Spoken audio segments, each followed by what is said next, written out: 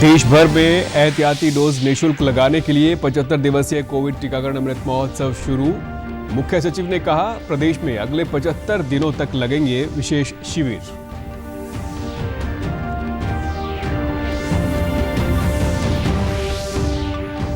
स्नातक पाठ्यक्रमों के लिए संयुक्त विश्वविद्यालय प्रवेश परीक्षा का पहला चरण आज से शुरू। 2 चरणों में लगभग 15 लाख विद्यार्थी देंगे परीक्षा।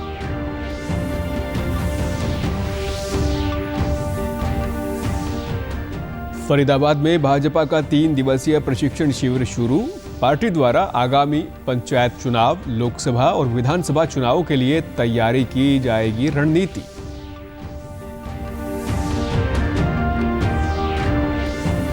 और गोरखपुर से हिसार के बीच चलने वाली गोरखधाम एक्सप्रेस रेलगाड़ी अब प्रतिदिन बठिंडा तक चलेगी। सिरसा से सांसद सुनीता दुग्गल ने हरी झंडी दिखाकर किया रेलगाड़ी को रवाना। नमस्कार, मैं सुरेंद्र कुमार। अब समाचार विस्तार से। केंद्रीय स्वास्थ्य एवं परिवार कल्याण मंत्री मनसुख मांडविया ने आज नई दिल्ली में कोविड टीकाकरण केंद्र में निःशुल्क एहतियाती टीके लगाने के लिए 75 दिवसीय कोविड टीकाकरण अमृत महोत्सव की शुरुआत की। इस विशेष अभियान का उद्देश्य 18 वर्ष से अधिक उम्र के पात्र लोगों को कोविड रोधी टीके की एहतियाती खुराक देने के कार्य में तेजी लाना है। ये अभियान 30 सितंबर तक 75 दिनों के लिए चलेगा। एहतियाती खुराक के लिए पात्र लोगों में 18 वर्ष या इससे अधिक के सभी व्यक्ति शामिल हैं जिन्होंने दूसरी खुराक लगवाने की तारीख के बाद 6 महीने या 26 सप्ताह का समय पूरा कर लिया है। 15 जुलाई से 75 दिन तक प्रिकॉशन डोज देश के सभी 18 एवं नागरिक को फ्री किया है। इस उपलक्ष्य में आज हेल्थ मिनिस्ट्री के सभी एम्प्लॉयज़ को प्रिकॉशन डोज देने के लिए स्पेशल सेंटर चालू किया गया है।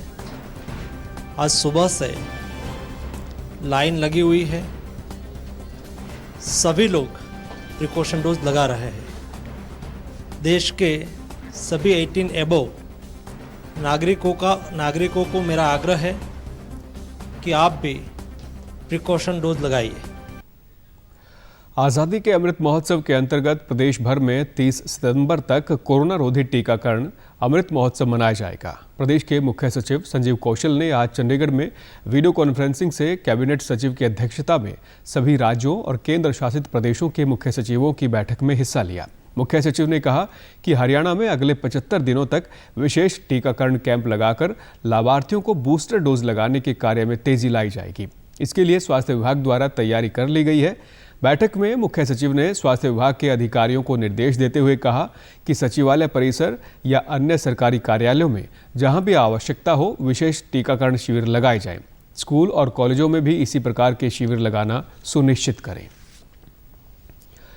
केंद्र सरकार ने मंकी पॉक्स बीमारी से निपटने के लिए राज्यों और केंद्र शासित प्रदेशों को पत्र लिखकर स्वास्थ्य मंत्रालय के दिशा निर्देशों का पालन करने को कहा है। स्वास्थ्य मंत्रालय के सचिव राजेश भूषण ने कहा कि मंकी पॉक्स बीमारी पूरे विश्व में फैल रही है। केंद्र ने अस्पताल, डॉक्टर और रोग निदान केंद्र सहित सभी संबद्ध पक्षों से नियमित तौर पर मंकी पॉक्स के नियंत्रण के लिए हर स्तर पर कार्य करने को कहा है। वहीं केरल के कोल्लम जिले में मंकी पॉक्स के रोगी की पुष्टि होने के बाद केंद्र ने विभिन्न विशेषज्ञों की उच्च स्तरीय टीम राज्य में भेजी है ताकि वहां के स्वास्थ्य अधिकारियों के साथ सहयोग कर सके। केंद्रीय टीम ने राष्ट्रीय रोग नियंत्रण केंद्र और नई दिल्ली के डॉक्टर राम मनोहर लोहिया अस्पताल के विशेषज्ञ और स्वास्थ्य मंत्रालय के वरिष्ठ अधिकारी शामिल हैं। मंत्रालय ने कहा कि सरकार स्थिति पर नियंत्रण करने के लिए ध्यानपूर्वक सक्रिय उपाय कर रही है और बीमारी फैलने की आशंका को देखते हुए राज्यों के साथ समन्वय कर रही है। संयुक्त विश्वविद्यालय प्रवेश परीक्षा CUET अंडर ग्रेजुएट 2022 देश के 500 शहरों और बाहर के 10 शहरों में आज से शुरू हो गई है। ये परीक्षा 16, 19 और 20 जुलाई को भी आयोजित की जाएगी। राष्ट्रीय परीक्षा एजेंसी ने परीक्षा के आयोजन के लिए सभी केंद्रों पर CCTV कैमरे लगाए हैं और मास्क भी उपलब्ध करवाए जाएंगे। ये परीक्षा 2 चरणों में आयोजित की जा रही है। करीब 14,90,000 विद्यार्थी इस बार CUET परीक्षा में पंजीकरण करवाया है, जिसमें से 8,10,000 विद्यार्थी पहले चरण में और 6,80,000 विद्यार्थी दूसरे चरण में परीक्षा देंगे। दूसरा चरण अगस्त माह में आयोजित किया जाएगा। फरीदाबाद के सूरजकुंड स्थित कन्वेंशन हॉल में आज से भारतीय जनता पार्टी का 3 दिवसीय प्रशिक्षण शिविर शुरू हो गया है। मुख्यमंत्री मनोहर लाल ने शिविर का शुभारंभ किया। शिविर में मुख्य तौर पर पार्टी और संगठन को बूथ स्तर तक मजबूत बनाने के लिए मंथन किया जाएगा।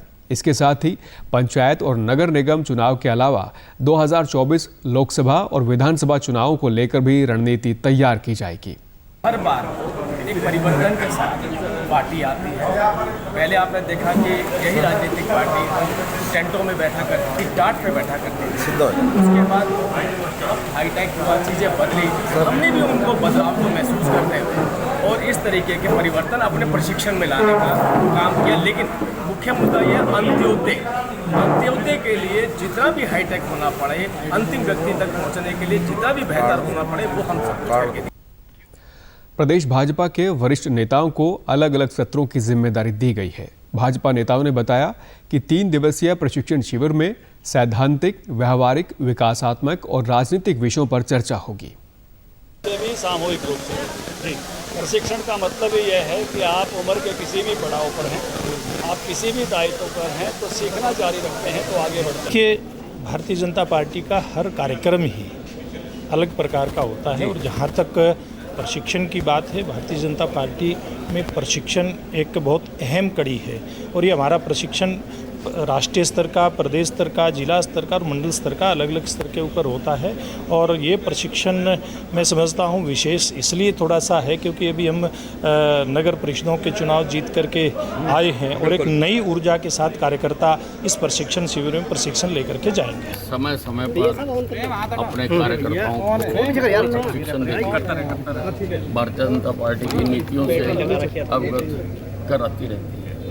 उसी कड़ी में ये आज का प्रशिक्षण शिविर लगाया जाता है और ये 17 तारीख तक चलेगा। इसमें कई विषयों पर जो है लोग अपने विचार रखेंगे और कार्यकर्ताओं को पार्टी की रीति से अच्छी तरह से एक तरह से रिफ्रेशर को जब सीखेंगे और जब वहाँ लेक्चर होंगे तब पता लगेगा ना जी। ये तो बीजेपी की रूटीन की परंपरा है, बीजेपी का जो विचार है, बीजेपी की कार्य पद्धति है और जो कार्यक्रम है उन सब के बारे में उसका ब्यौरा बताया जाता है सब लोगों को। गोरखपुर से हिसार के बीच चलने वाली गोरखधाम एक्सप्रेस रेलगाड़ी का विस्तार हो गया है। अब ये एक्सप्रेस रेलगाड़ी प्रतिदिन बठिंडा से वाया सिरसा, हिसार, रोहतक, दिल्ली होते हुए गोरखपुर के लिए चलेगी।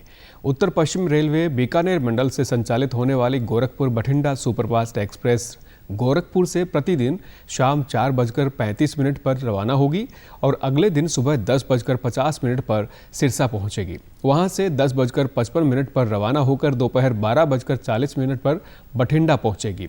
इसी प्रकार बठिंडा से प्रतिदिन दोपहर 2 बजे रवाना होकर दोपहर को 3:35 पर सिरसा पहुंचेगी और 3:40 पर रवाना होगी। अगली सुबह 9:45 पर गोरखपुर पहुंचेगी। सिरसा से सांसद सुनीता दुग्गल ने कल इस रेलगाड़ी को हरी झंडी दिखाकर रवाना किया। इस अवसर पर सांसद ने कहा कि बड़ी संख्या में प्रवासी मजदूर बिहार और उत्तर प्रदेश से सिरसा जिले में आते हैं। साथ ही हिसार से रोजाना काफ़ी यात्री सिरसा और बठिंडा जाते हैं। इससे यात्रियों को फायदा होगा। के लिए है और सिरसा वासियों ने जब मुझे सांसद बनाकर बड़ी पंचायत में भेजा, पार्लियामेंट में भेजा, तो जो मेरी मेडन स्पीच थी, जो मेरी सबसे पहली स्पीच थी, उसके अंदर मैंने ये आग्रह किया था कि हमारी जो है यहाँ पर हमारे सिरसा में जो है वो ट्रेन गोरखधाम जो है वो आनी चाहिए और ये हिसार में बहुत घंटों तक रुकी रहती थी। तो मैंने ये इसलिए प्रार्थना की कि हमारी जो ट्रेन है गोरखधाम अगर सिरसा तक आती है तो हमारे सिरसा वासियों को बहुत लाभ मिलेगा। तो मुझे बहुत खुशी है कि हम कामयाब हुए और मैं बहुत तहे दिल से धन्यवाद करना चाहती हूँ माननीय प्रधानमंत्री श्री नरेंद्र मोदी जी का, हमारे रेल मंत्री अश्विनी वैष्णव जी का और सभी अधिकारियों का, क्योंकि इसके अंदर बहुत टेक्निकल इश्यूज थे। उन सभी इश्यूज को दूर करके, सभी हर्डल्स को दूर करके हम कामयाब हुए हैं। ज़्यादा फायदेमंद है जी। जो यहाँ पे हमारे भाई लोग जो बिहार से और लखनऊ से या यूपी से हैं, उनको यहाँ का बहुत बेनिफिट मिलेगा इस ट्रेन का, जो कल से बठिंडा के लिए भी चलेगी और बठिंडा से ये गोरखपुर जाएगी। पहले हिसार जाना पड़ता था जी, हिसार से यहाँ से जल्दी निकलना पड़ता था। अब यहाँ पे सिरसा से तो हमें बहुत ईजिली हो गया यहाँ से जाने के लिए। बहुत अच्छा बन गया ये जो रेलगाड़ी चलाई है, बहुत अच्छा है। शहर वालों को बड़ा फायदा है, शहर वालों को बड़ा फायदा है, इलाके वालों को फायदा है। सुबह के बाद ये दोपहर को जो गाड़ी, पहले गाड़ी नहीं थी, ये गाड़ी चालू हुई है, बहुत लोगों को फायदा है और है भी, व्यापारियों को खासकर फायदा है। क्योंकि दिल्ली जाने वाले और आगे जाने वालों को कानपुर वगैरह बड़ा फायदा है। केंद्रीय कृषि एवं किसान कल्याण मंत्री नरेंद्र सिंह तोमर ने बेंगलुरु में आयोजित राज्यों की कृषि एवं बागवानी मंत्रियों के राष्ट्रीय सम्मेलन में हिस्सा लिया। सम्मेलन में उन्होंने कहा कि प्रधानमंत्री नरेंद्र मोदी ने कृषि और उससे जुड़े क्षेत्रों के लिए लगभग 1.5 लाख करोड़ रुपए के पैकेज की घोषणा की थी, जिससे किसानों को काफ़ी लाभ पहुंचेगा। उन्होंने कहा कि केंद्र सरकार सभी राज्यों के साथ मिलकर ये कोशिश कर रही है कि इस योजना का लाभ प्रत्येक किसान को मिले, ताकि कृषि क्षेत्र से जो कमियां हैं उन्हें दूर किया जा सके। प्रधानमंत्री जी ने कृषि और संबद्ध क्षेत्रों के लिए लगभग 1.5 लाख करोड़ रुपए का एक पैकेज अनाउंस किया, फंड्स बनाया, जिसमें प्रमुख रूप से एग्रीकल्चर इंफ्रास्ट्रक्चर के लिए 1 लाख करोड़ रुपया है। हम लोग सभी राज्यों के साथ मिलकर ये कोशिश कर रहे हैं कि ये 1 लाख करोड़ रुपया इंफ्रा बनाने के लिए नीचे तक पहुंचे और कृषि के क्षेत्र में जो गैप्स हैं उनको गैप्स को हम भर सकें। राज्यपाल बंडारू दत्तात्रेय ने कल शाम महर्षि दयानंद विश्वविद्यालय रोहतक के परिसर में पौधारोपण पखवाड़े का शुभारंभ किया। इसके साथ ही विश्वविद्यालय की 75,000 पौधे लगाने की पर्यावरणीय संकल्प यात्रा प्रारंभ हो गई है। इस अभियान के तहत 31 जुलाई तक MDU परिसर, संबद्ध महाविद्यालयों और यूनिवर्सिटी आउटरीच के तहत गोद लिए गए 5 गांवों में कुल 75,000 पौधे लगाए जाएंगे। इस मौके पर राज्यपाल ने चयनित प्राध्यापकों को रिसर्च प्रमोशन अवार्ड्स भी प्रदान किए। इस अवसर पर राज्यपाल ने कहा कि वैश्विक पर्यावरणीय चुनौतियों से जूझने के लिए पौधारोपण बहुत जरूरी है। राज्यपाल ने महापौधारोपण अभियान को गो ग्रीन मूवमेंट बताते हुए कहा कि पूरे प्रदेश में ये हरित अभियान नई मिसाल कायम करेगा। महोत्सव में पौधारोपण के इस विशेष अभियान में MDU तथा इससे संबद्ध महाविद्यालयों ने करीब 75,000 पौधे लगाने का लक्ष्य रखा है। इसके लिए विश्वविद्यालय के वाइस चांसलर को, आपके टीम को, सारे लोगों को बधाई देना चाहता हूं। राज्यपाल ने औद्योगिक मॉडल टाउनशिप में भी ग्रीन फैक्ट्री ग्रीन इंडिया के तहत पौधारोपण किया। उन्होंने श्रमिकों को संबोधित करते हुए कहा कि प्रधानमंत्री के नेतृत्व में उद्योगों को बढ़ावा मिला है, उद्योगों में नई तकनीक का प्रयोग किया जा रहा है। प्रदेश में भी मुख्यमंत्री नई औद्योगिक इकाइयां विकसित करने के लिए प्रयासरत हैं। 12 साल पहले ये जो है इंडस्ट्री को जो शुरू करके आज करीब 300 लोगों को आज रोजगार दे रहे हैं और राज्य सरकार को हर साल 25 करोड़ रुपया टैक्स बंद और सारे हमारे जितने भी जो श्रमिक हैं हमारे श्रमिकों को कोविड पीरियड में 2 महीना आप लोगों को वेतन भी दिया गया और राशन भी दिया गया।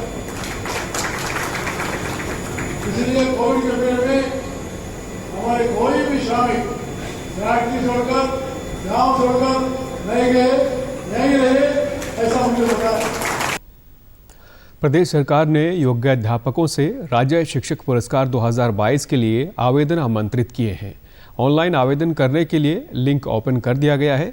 आवेदन करने की अंतिम तिथि 30 जुलाई है। सरकारी प्रवक्ता ने बताया कि सेकेंडरी शिक्षा विभाग हरियाणा के निदेशक ने सभी जिला शिक्षा अधिकारियों और जिला मौलिक शिक्षा अधिकारियों को पत्र लिखा है, जिसमें राज्य शिक्षक पुरस्कार के लिए इस बार ऑनलाइन पोर्टल के माध्यम से आवेदन आमंत्रित करने की सूचना दी गई है। उन्होंने बताया कि किसी भी परिस्थिति में ऑफलाइन आवेदन स्वीकार नहीं किया जाएंगे। राज्य चुनाव आयुक्त धनपत सिंह ने कहा है कि 22 जुलाई को पंचायत चुनाव के मतदाता सूचियों का अंतिम प्रकाशन किया जाएगा। ये सूचियां 16 मई तक विधानसभा मतदाता सूची में दर्ज मतदाताओं को पंचायतों के वार्ड में बांटकर तैयार की गई है। राज्य चुनाव आयुक्त ने बताया कि इस संबंध में आम जनता, मतदाता और चुनाव लड़ने वाले संभावित उम्मीदवारों की सुविधा के लिए प्रदेश में सभी उपायुक्तों और जिला निर्वाचन अधिकारियों को इस संबंध में आवश्यक दिशा निर्देश जारी कर दिए गए हैं। डीडी न्यूज़ हरियाणा पर देश और प्रदेश से जुड़ी खबरों को विस्तार से जानने के लिए आप हमारे साथ फेसबुक, ट्विटर और यूट्यूब के माध्यम से भी जुड़ सकते हैं। हमसे जुड़ने के लिए आप हमारे सोशल मीडिया हैंडल को भी फॉलो कर सकते हैं। अब आप अपने मोबाइल फ़ोन से QR कोड स्कैन कर हमारे यूट्यूब चैनल पर सीधे पहुंच सकते हैं। अंत में इस बुलेटिन के मुख्य समाचार एक बार फिर। देश भर में एहतियाती डोज निःशुल्क लगाने के लिए 75 दिवसीय कोविड टीकाकरण अमृत महोत्सव शुरू। मुख्य सचिव ने कहा, प्रदेश में अगले 75 दिनों तक चलेंगे विशेष शिविर।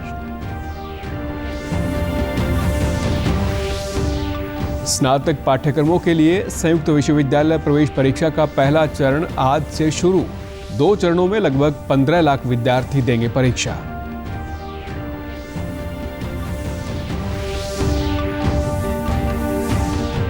फरीदाबाद में भाजपा का 3 दिवसीय प्रशिक्षण शिविर शुरू। पार्टी द्वारा आगामी पंचायत चुनाव, लोकसभा और विधानसभा चुनावों के लिए तैयार की जाएगी रणनीति।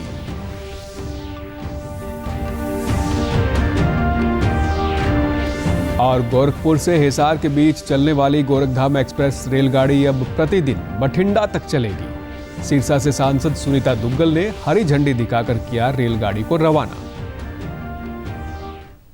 समाचारों में आज इतना ही। नमस्कार।